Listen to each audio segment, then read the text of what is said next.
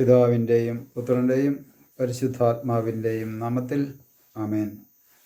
ഈശോ മിശിഹായിക്ക് സ്തുതിയായിരിക്കട്ടെ. യേശുവിൽ സ്നേഹം നിറഞ്ഞ സഹോദരങ്ങളെ എല്ലാവരെയും ദൈവവചനധ്യാനത്തിലേക്ക് നമ്മുടെ കർത്താവായ യേശു ക്രിസ്തുവിൻ്റെ നാമത്തിൽ സ്വാഗതം ചെയ്യുന്നു. നമ്മുടെ കർത്താവ് ഈശോ മിശിഹ എല്ലാവരെയും സ്വർഗം തുറന്ന് അനുഗ്രഹിക്കട്ടെ എന്ന് പ്രാർത്ഥിക്കുന്നു. യേശുവിൽ സ്നേഹം നിറഞ്ഞ സഹോദരങ്ങളെ, പരിശുദ്ധാത്മാവ് നമുക്ക് നൽകുന്ന, പരിശുദ്ധാത്മാവ് നമ്മളിലൂടെ പുറത്തേക്ക് ഒഴുകുന്ന പരിശുദ്ധാത്മാവിൻ്റെ ഫലങ്ങളെക്കുറിച്ച് നമ്മൾ ധ്യാനിക്കുകയായിരുന്നല്ലോ.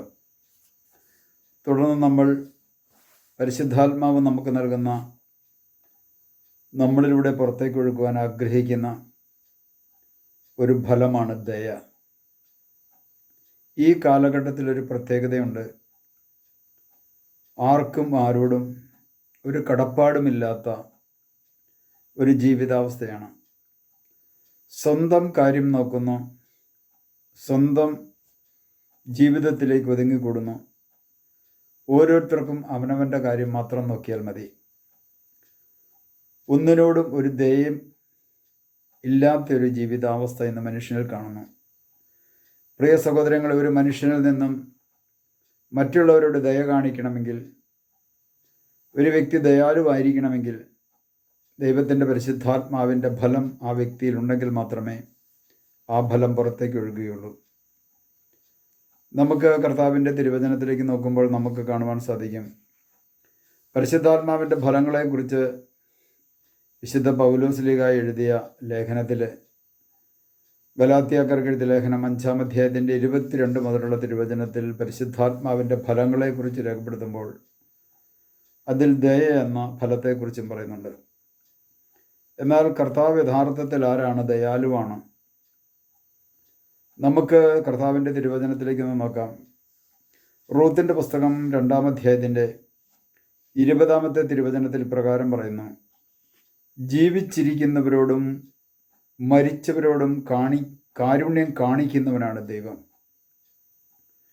മരിച്ചുപോയവരോടും ജീവിച്ചിരിക്കുന്നവരോടും കാരുണ്യം കാണിക്കുക, കരുണ കാണിക്കുക, അതാണ് ദയ. പ്രിയ സഹോദരങ്ങളെ, ഈ ഭൂമിയിലായിരിക്കുന്ന കാലഘട്ടത്തിൽ അവൻ്റെ ജീവിതത്തിൽ വന്നുപോയ കുറവുകൾ, തെറ്റുകൾ, അത് അവനോട് ക്ഷമിക്കുവാനും അവനോട് കാരുണ്യം കാണിക്കുവാനും ദൈവത്തിനാണ് ഏറ്റവും കൂടുതലായിട്ട് സാധിക്കുക. മരിച്ചുപോയവരോടും ജീവിച്ചിരിക്കുന്നവരോടും അവിടുന്ന് ദയ കാണിക്കുന്നുവെന്ന് റൂത്തിൻ്റെ പുസ്തകം 2-ാം അധ്യായത്തിൻ്റെ 20-ാമത്തെ തിരുവചനത്തിൽ ദൈവത്തിൻ്റെ പരിശുദ്ധാത്മാവ് രേഖപ്പെടുത്തുമ്പോൾ, പ്രിയ സഹോദരങ്ങളെ, നാം നമ്മളിലേക്കൊന്ന് തിരിഞ്ഞു നോക്കുക. ഓരോ മനുഷ്യൻ്റെയും ജീവിതത്തിലേക്ക് നോക്കിക്കഴിഞ്ഞാൽ അവൻ്റെ ജീവിതത്തിൽ ഒത്തിരി കുറവ് ഉള്ളവനാണ്. ആ കുറവുള്ള ജീവിതം നയിച്ച് മറ്റുള്ളവരെ വേദനിപ്പിച്ചും മറ്റുള്ളവർക്ക് നന്മ ചെയ്യാതെയും മറ്റുള്ളവരെ തിരിഞ്ഞു നോക്കാതെ പോലും, അതല്ലെങ്കിൽ വേറെ മേഖലകളിൽ മറ്റുള്ളവരെ പീഡിപ്പിച്ചുമൊക്കെ ജീവിക്കുമ്പോഴും അങ്ങനെയുള്ള വ്യക്തികളോട് പോലും ദൈവം ദയ കാണിക്കുന്നു. കാരണം ദൈവം കാരുണ്യവാനാണ്. നമുക്ക് വിശുദ്ധ ഗ്രന്ഥത്തിലേക്ക് നോക്കുമ്പോൾ അത് കാണുവാൻ സാധിക്കും.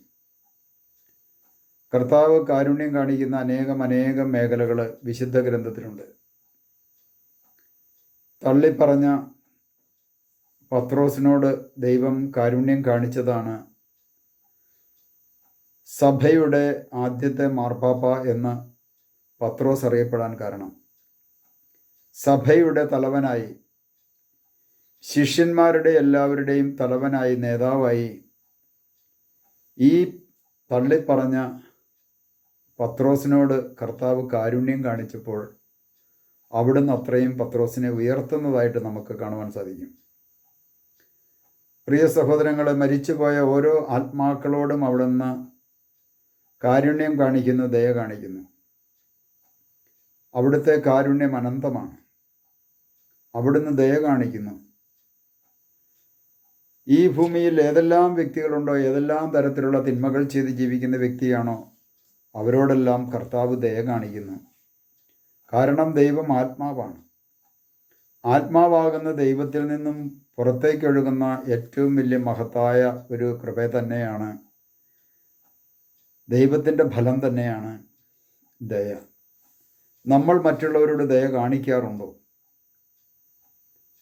നമ്മുടെ കൂട്ടായ്മയിലും നമ്മുടെ ഇടവകയിലും സമൂഹത്തിലും സാമൂഹ്യമായ ജീവിത പശ്ചാത്തലത്തിലുമെല്ലാം എനിക്ക് മറ്റുള്ളവരോട് ദയ കാണിക്കുവാൻ, കരുണ കാണിക്കുവാൻ എനിക്ക് സാധിക്കുന്നുണ്ടോ?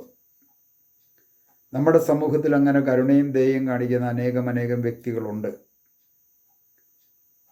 കാരണം അവരിൽ നിന്നും കരുണ മറ്റുള്ളവരിലേക്ക് ഒഴുകുന്നതിൻ്റെ കാരണം അവരെ സംബന്ധിച്ചിടത്തോളം ദൈവത്തിൻ്റെ പരിശുദ്ധാത്മാവിൻ്റെ കൃപ അവരിലൂടെ പുറത്തേക്ക് ഒഴുകുന്നതാണ്. ദയ കാണിക്കുന്നതിന് കാരണം ഒരു ഉദാഹരണമായിട്ട് പറഞ്ഞാൽ, അന്യ സംസ്ഥാനങ്ങളിൽ നിന്നും കേരളത്തിലേക്ക് കടന്നു വരുന്ന ഒത്തിരി മാനസിക രോഗികളായിട്ടുള്ള വ്യക്തികളുണ്ട്. അങ്ങനെയുള്ള മാനസിക രോഗികളായിട്ടുള്ള വ്യക്തികൾ കേരളത്തിലേക്ക് കടന്നു വരുമ്പോൾ റോട്ടിൽ കൂടെ ടാറും ശരീരത്തിൽ തേച്ച് തുണി പോലും ഉടുക്കാനില്ലാതെ അർത്ഥനഗ്നരായി വേറെ ചിലർ അനേകം വസ്ത്രങ്ങൾ അതിൻ്റെ മുകളിലിട്ട് ഇങ്ങനെ നടക്കുമ്പോൾ, തലമുടിയും നീട്ടി നടക്കുമ്പോൾ അവരെയൊക്കെ കൊണ്ടുപോയി കുളിപ്പിച്ച് ഭക്ഷണവും കൊടുത്ത് സ്നേഹപൂർവ്വം അവരെ ശുശ്രൂഷിക്കുവാൻ ദൈവം ഒരുക്കിയിരിക്കുന്ന വ്യക്തികളുണ്ട് നമ്മുടെ ഭൂമിയിൽ. അവരിലൂടെ ദൈവത്തിൻ്റെ ഫലമാകുന്ന ദയയാണ്, കരുണയാണ് ഇത്തരത്തിലുള്ള വ്യക്തികളിലേക്ക് ഒഴുകുന്നത്. പ്രിയ സഹോദരങ്ങളെ, പരിശുദ്ധാത്മാവിനെ കുദാശകളിലൂടെ സ്വീകരിച്ച ഓരോ വ്യക്തിയുടെയും ജീവിതത്തിൽ മറ്റുള്ളവരോട് ദയ കാണിക്കുവാൻ, കരുണ കാണിക്കുവാൻ അവർ കടപ്പെട്ടിരിക്കുന്നു. നമുക്കതിനു വേണ്ടി നമുക്ക് കർത്താവിനോട് പ്രാർത്ഥിക്കാം. കർത്താവായ ഈശോയെ, അങ്ങ് കാരുണ്യവാനാണ്. അങ്ങ് ജീവിക്കുന്നവരോടും മരിച്ചവരോടും കാരുണ്യം കാണിക്കുന്നു, ദയ കാണിക്കുന്നു. അങ്ങയുടെ ദയയാണല്ലോ ഈ നിമിഷവും ഞങ്ങൾക്ക് ഓരോരുത്തർക്കും ജീവിക്കുവാനായിട്ടുള്ള ഒരു അവസരം ലഭിച്ചതും അവിടുത്തെ കാരുണ്യം വന്നുകൊണ്ട് മാത്രമാണല്ലോ. കർത്താവെ, നന്ദി പറയുന്നു.